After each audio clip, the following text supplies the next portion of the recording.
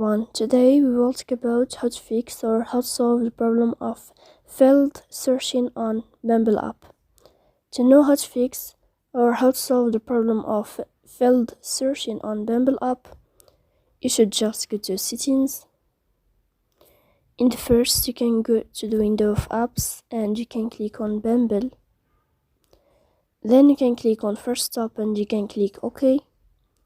After that, you will enter to the window of storage. Then you can click clear cache. Don't click clear data because that can cause you errors that can delete your account. In the end, you can turn off your phone and you can wait a moment to turn on your phone again to fix that problem. So please don't forget to support us by like and subscribe. See you next time in another video, and thank you for your attention and your watching.